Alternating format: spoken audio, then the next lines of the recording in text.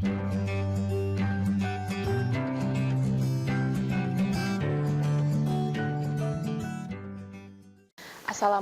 warahmatullahi wabarakatuh. Alhamdulillah bertemu kembali dengan saya, Reza Rezdiana, dalam pembelajaran IPA. Hari ini kita akan belajar materi mengenai energi dalam sistem kehidupan.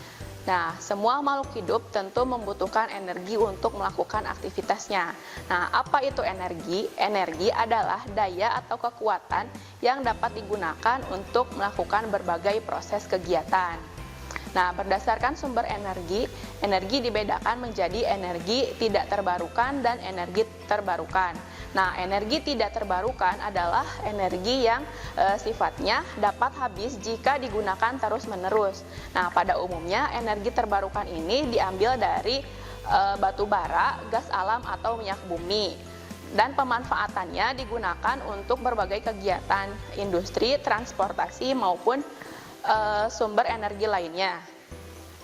Nah, sedangkan sumber energi terbarukan merupakan sumber energi yang memanfaatkan sumber-sumber energi yang dapat diperbaharui atau yang dapat digunakan terus-menerus dan tidak akan habis. Misalnya dengan pemanfaatan sinar matahari. Nah, sinar matahari ini merupakan energi terbesar dan dapat dirubah menjadi berbagai bentuk energi. Misalnya sinar matahari dapat dirubah menjadi energi listrik dengan menggunakan panel surya, atau misalnya dengan penggunaan atau pemanfaatkan energi bersumber dari angin dengan menggunakan atau membuat sistem pembangkit listrik tenaga angin.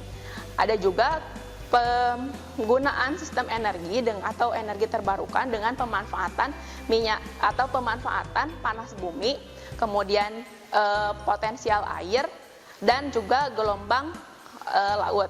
Selanjutnya, bentuk-bentuk energi dalam sistem perubahan bentuk energi. Nah, bentuk energi yang pertama adalah energi listrik. Energi listrik merupakan energi yang dimiliki oleh benda yang bermuatan listrik. Sedangkan kemudian ada energi panas atau disebut juga dengan energi kalor. Ada yang disebut dengan energi kimia, di mana energi kimia itu merupakan energi yang terdapat di dalam suatu zat.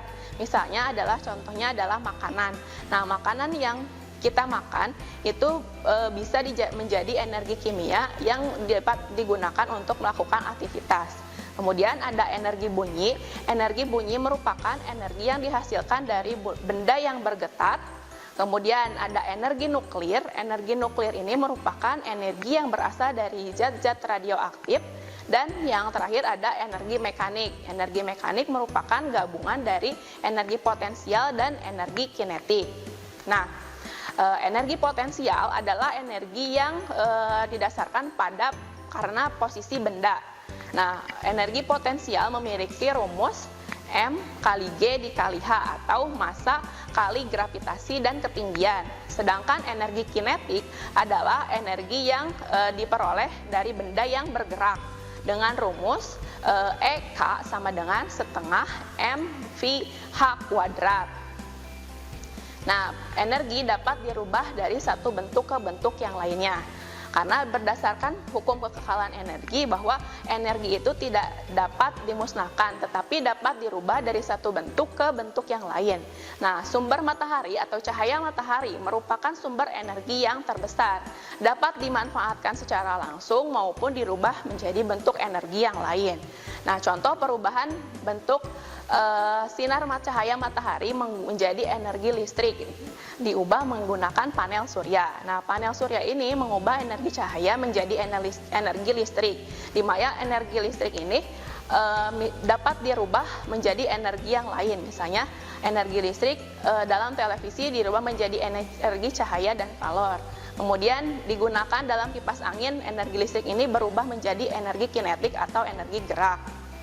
Nah, kemudian sinar matahari juga bisa dimanfaatkan secara langsung oleh tumbuhan untuk berfotosintesis, di mana fotosintesis ini akan menghasilkan zat pati yang merupakan zat makanan atau dapat dikatakan bahwa mengandung zat atau energi kimia. Nah, jika tumbuhan itu dimakan atau dimanfaatkan oleh manusia, maka akan digunakan untuk kehidupan sehari-harinya atau dapat digunakan untuk bergerak sehingga menjadikan energi kinetik. Atau contoh lain dari energi kimia yang terkandung dalam bahan bakar. Jika digunakan oleh kendaraan, maka energi dari zat kimia tersebut atau energi kimia itu dirubah menjadi energi gerak atau energi kinetik. Nah, sedangkan perubahan energi yang terjadi di dalam makhluk hidup itu terjadi di dalam kloroplas dan mitokondria. Transformasi energi di dalam kloroplas terjadi melalui proses fotosintesis, di mana fotosintesis itu terjadi di dalam kloroplas dan memanfaatkan sinar matahari dan air, sinar matahari dan karbon dioksida untuk menghasilkan uap air dan zat pati yang menjadi cadangan makanan untuk tumbuhan. Kemudian untuk transformasi energi pada mitokondria itu terjadi respirasi sel atau perubahan dari zat yang kompleks menjadi zat sederhana menjadi untuk menghasilkan ATP. Nah, metabolisme sel. Nah, pada sel terjadi proses metabolisme, di mana metabolisme ini dibagi menjadi katabolisme dan anabolisme. Katabolisme yaitu penyusunan pembongkaran atau perombakan zat kompleks menjadi zat yang lebih sederhana. Misalnya perubahan dari makanan yang tadinya kompleks menjadi senyawa-senyawa yang sederhana.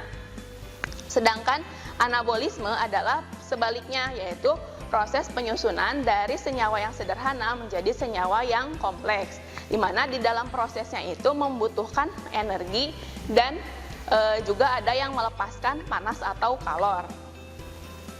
Nah, dalam tumbuhan terjadi proses fotosintesis. Nah, tadi sudah dijelaskan bahwa proses fotosintesis itu terjadi di dalam kloroplas. Nah, ada berbagai faktor yang mempengaruhi proses fotosintesis pada tumbuhan. Ada faktor dari dalam atau faktor internal, dan ada faktor luar atau faktor dari lingkungan. Nah, faktor dari dalam misalnya adalah dari segi jumlah kloroplas atau jumlah stomata yang ada pada daun. Sedangkan dari luar misalnya intensitas cahaya, kandungan karbon dioksida, dan suhu juga mempengaruhi proses fotosintesis. Nah, syarat untuk terjadinya fotosintesis adalah adanya klorofil, adanya cahaya matahari, serta adanya air dan karbon dioksida. Nah, selain itu, proses perubahan energi juga terjadi pada proses respirasi atau pernapasan. Pernapasan terdiri dari dua tahap, yaitu inspirasi dan ekspirasi, di mana inspirasi itu adalah tahap menghirup udara atau menghirup oksigen ke dalam tubuh, ke dalam paru-paru. Sedangkan ekspirasi itu merupakan tahap pengeluaran sisa dari respirasi berupa karbon dioksida keluar. Nah, di mana dalam respirasi ini menghasilkan energi yang bisa dimanfaatkan untuk aktivitas kita.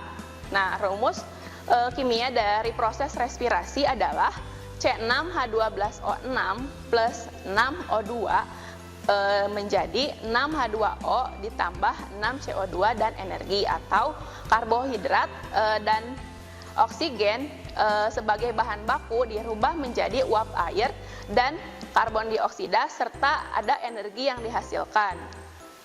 Oke, selanjutnya mengenai sistem pencernaan makanan. Nah, dalam sistem pencernaan makanan terjadi 3 jenis metabolisme zat makanan. Yang pertama adalah metabolisme karbohidrat di dalam tubuh, kemudian ada metabolisme lemak, dan juga ada metabolisme protein, di mana di dalam metabolisme itu terjadi perubahan dari zat makanan yang kita makan dalam bentuk yang kompleks dirubah menjadi zat yang lebih sederhana, dan energinya atau ATP-nya bisa digunakan untuk kehidupan sehari-hari atau aktivitas sehari-hari. Nah, demikian mengenai materi tersebut. Terima kasih atas perhatiannya. Wassalamualaikum warahmatullahi wabarakatuh. Kunjungi sosial media lainnya seperti website kami di pkbmalfata.com, Facebook PKB Malfata Mananjaya, Instagram PKB Malfata Official. Dan terima kasih telah klik video ini. Jangan lupa like, comment, share, dan subscribe untuk menunjukkan dukungan kamu terhadap channel ini. Enjoy the video PKB Malfata.